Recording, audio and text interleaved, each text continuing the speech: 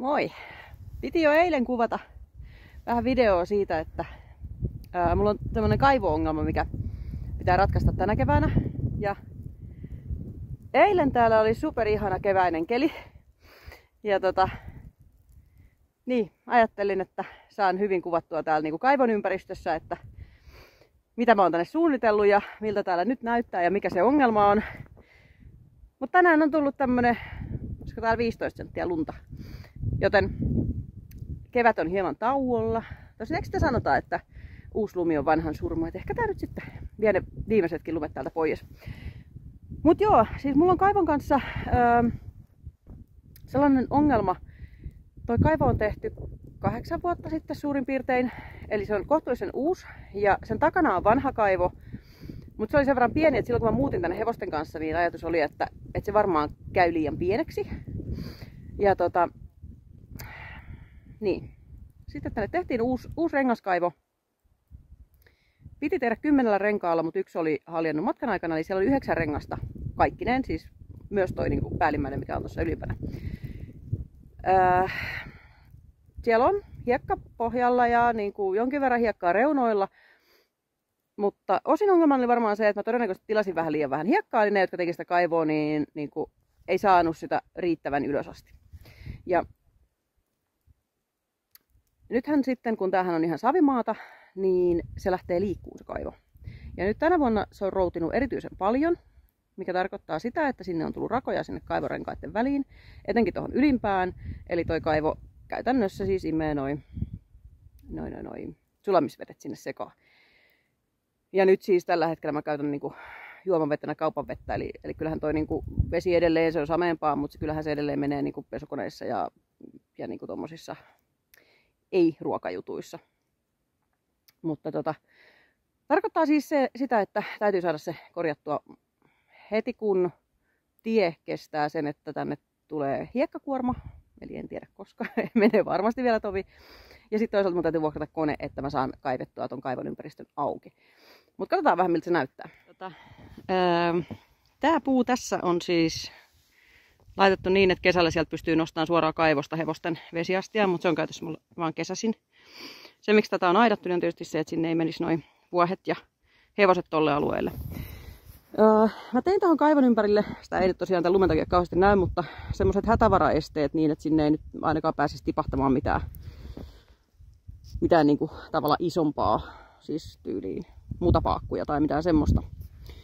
Mutta siellä on siis esteitä, mutta ei välttämättä ollenkaan tarpeeksi. Tää lumi nyt varmaan sulaa sinne hetken päästä suoraan tonne mun kaivoon. Tuolla on siis taustalla näkyy vanha kaivo. Ja yksi mitä tässä sitten kun tulee tähän kaivinkoneen kanssa, niin kaadot täytyy tehdä eri tavalla. Mutta siis tosiaan tämän hetken vesitilanne on se, että sitä on ihan järkyttävän paljon. Eli sitä valuu tuonne peltoon. Mutta ja molemmat kaivot on aivan täynnä. Mikä on tavallaan hyvä asia, mutta tarkoittaa myös sitä, että sinne menee tosi paljon nyt pintavesiä. Mut joo, siis kaatoja täytyy tehdä paremmin. Se ei nyt varmaan tämän lumitilanteen takia kauhean hyvin näy, että miten ne kaadat tässä on, mutta ei ainakaan tarpeeksi hyvin. Eli niitä pitää tehdä selkeästi paremmin niin, että toi pintavesi menee tuosta poispäin. Tässä on siis uusi kaivo. Katsotaan, mä tarvin 2 kättä, että mä saan ton kannen pois, niin mä vähän näytän, että miten täynnä. No, eihän se tietenkään varmaan sitten. Tuosta ehkä vähän näkee, että se on tosiaan ihan täynnä. Ja tuosta ehkä vähän näkyy myös se reuna, kun se vähän sinne saisi valoa jostain välistä. Eli se on tää ylimmäinen on liikkunut tosi paljon. Seuraavat ei toki ole liikkunut yhtä paljon. Mutta niin kuin on siellä varmaan liikehdintää muutenkin, eli se täytyy tyhjätä ja sitten saumata noin kiinni, niin että se ei pääse sitten enää liikkua. Ja tosiaan laittaa hiekkaan, niin että se ei pääse enää routiin. Sellainen kaivo ja sellainen projekti tiedossa. Mä luulen, että se menee ehkä toukokuulle, nyt ainakin tämän lumimäärän perusteella, mikä täällä nyt on. Ja tosiaan pitkälti se on kiinni nimenomaan siitä, että koska saa haettua koneen tänne pellolle. Ja sitten toisaalta siitä, että milloin toi mun pihatieni kestää ison auton tuomaan hiekkakuormaa. Joten veikkaan, että se on varmaan toukokuuta sitten, kun on kaikki roudat mennyt ja tie on sillä lailla kuivunut, että siitä voi isolla autolla ajaa. Mutta sellainen projekti on tiedossa, koska se on pakko tehdä tänä vuonna. Ei pysty siirtämään enää yhtään. Niin.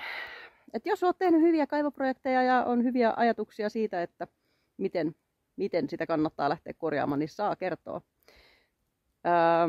Yksi asia on sanottava, muovia en halua laittaa kaivon ympärille. Eli tiedän, että osa käyttää sitä ja mä tiedän, että sitä joissain ohjeissa suositellaan, että se kaivo vuorataan muovilla, mutta mä teen mieluummin mitä tahansa, kun ympäröin vedet muovilla, koska mä en usko, että se muovi siellä loputtomasti kestää. Ja sitten kun sieltä rupeaa irtoamaan jotain pikkupalasia, niin sittenhän ne menee juomaveden mukana niin eläinten kuin muunkin sisuskaluihin. Joten muovia ei välttämättä kannata ehdottaa, koska sitä en halua juomaveteni sekaan. Mutta hiekkaa mieluummin. Joo. Saa kertoa, jos on hyviä ideoita, mutta muuten kivaa viikkoa. Moi moi!